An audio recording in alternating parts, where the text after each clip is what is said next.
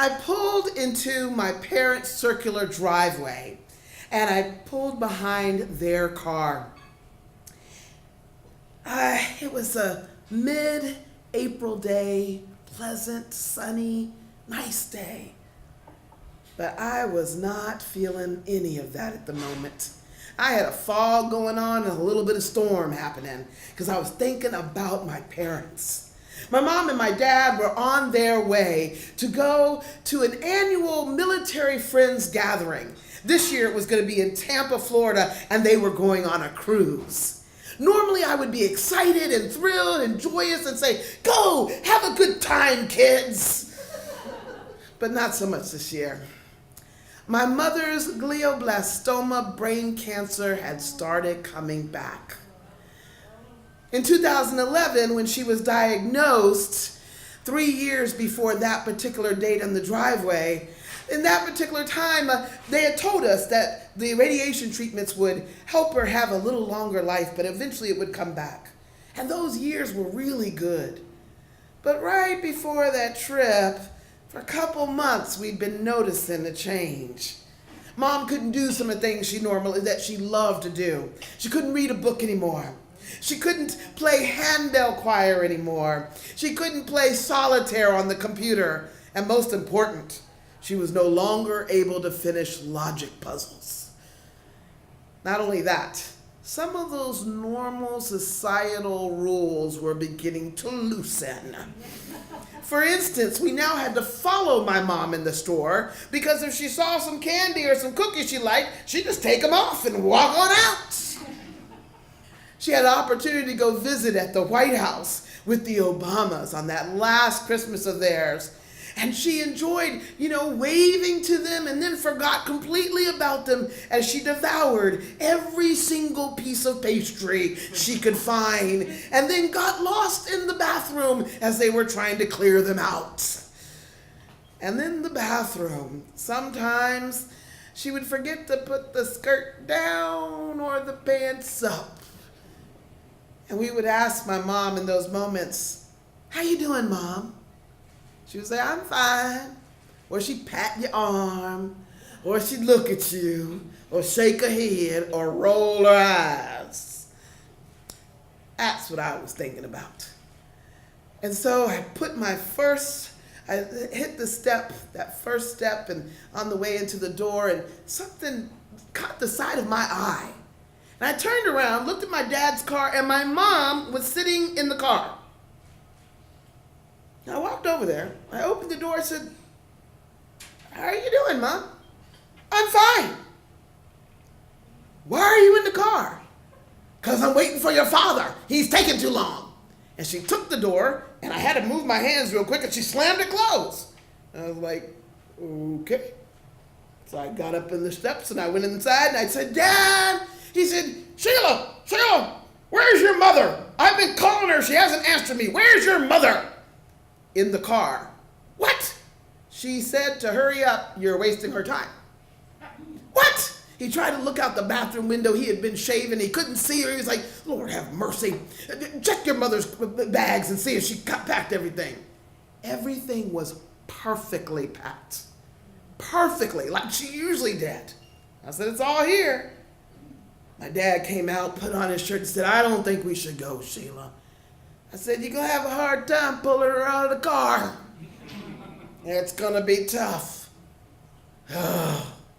My dad zipped up the bags, got them together, went outside, and I followed him. And I stood on the top step as he packed everything into the trunk. And then he opened his door, the driver's side, leaned in and said, "Erlene, how you doing?" "I'm fine. You're taking too long. We're missing time on the road." And they got in the car, and I waved goodbye. And my whole attitude had changed by then. They would be fine. But it was not to be. On the way down, they stopped at some friends, and then they finally got to Tampa. They stayed at my cousin's house. They got there fairly early in the afternoon. But in the evening, they went out with those military friends, people they had known for 20, 25, 30, 40 years. And the pictures they sent back to me of my mom smiling from ear to ear and them drinking up a good bit. Yes, it was lovely. The next morning, my mom got up, and while she was in the bathroom, she had a seizure. When she fell, my dad went in and called the ambulance, and they took her to the Tampa hospital. In the Tampa hospital, they noted that she had also had a little bit of a stroke, and her left side wasn't working as well. But after she got herself conscious and copacetic, she was pretty good. She couldn't move a whole lot, and they moved her from ICU down to a normal room, over to physical therapy, place for physical therapy. And my dad stopped everything he was doing, got off of every board, stopped all the retirement work that was just as hard as the work he had in the military. And he decided to spend all his time with my mom. He drove the car up, brought that back, and flew down because he knew that in order to get my mom home, they had to fly back. And he spent all his time with my mom. Every time Dad called, I said, "How's Mom?" He'd usually say, "Your daughter's asking how you are." "I'm fine," she would say out of one side of her mouth. On Sundays, my dad and Mom would go into the courtyard garden. He would push her on the wheelchair over there, and they'd sit down and have church. After 53 years, they knew what church was real well together. They prayed, had scripture, and then my mom would say, "Wallace, sing a song." And my dad would start, "Blessed assurance, Jesus is mine. La, la, la, la, la, la, la, la."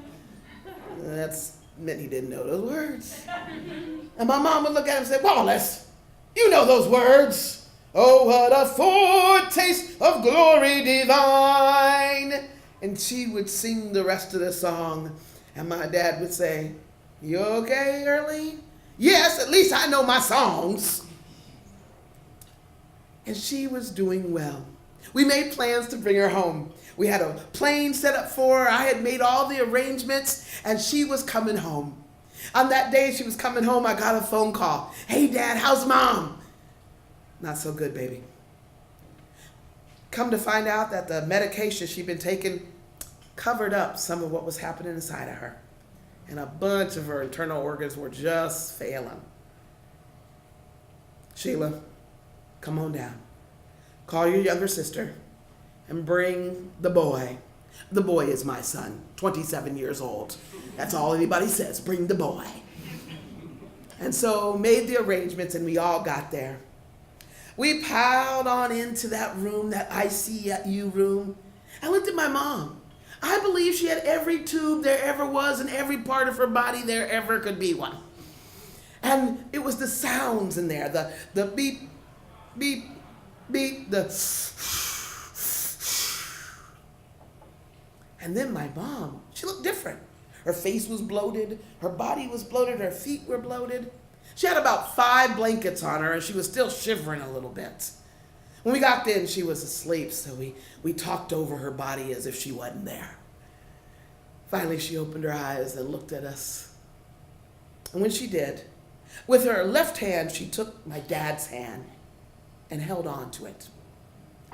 With her right hand, she patted my sister, and then she squeezed my son's hand and just looked at me.